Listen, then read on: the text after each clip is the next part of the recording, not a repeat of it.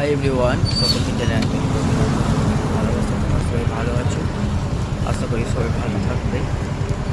তো আমরা গিয়েছিলাম আসানসোল ওই ভাই মিলে একটা কন্টেন্ট করার জন্য আমরা গিয়েছিলাম।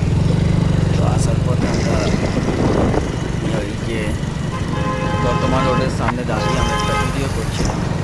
খুব ভালো লাগছিলো ভাইটাকে, আমার খুব ঠান্ডা লাগছিলো। আমরা তেমন কিছু আমাদের শীতের পোশাক কিছু তেমন নিয়ে সামনে একটু ভালো হয়। আমরা কোথায় গিয়েছিলাম? আসানসোল, তাই তো?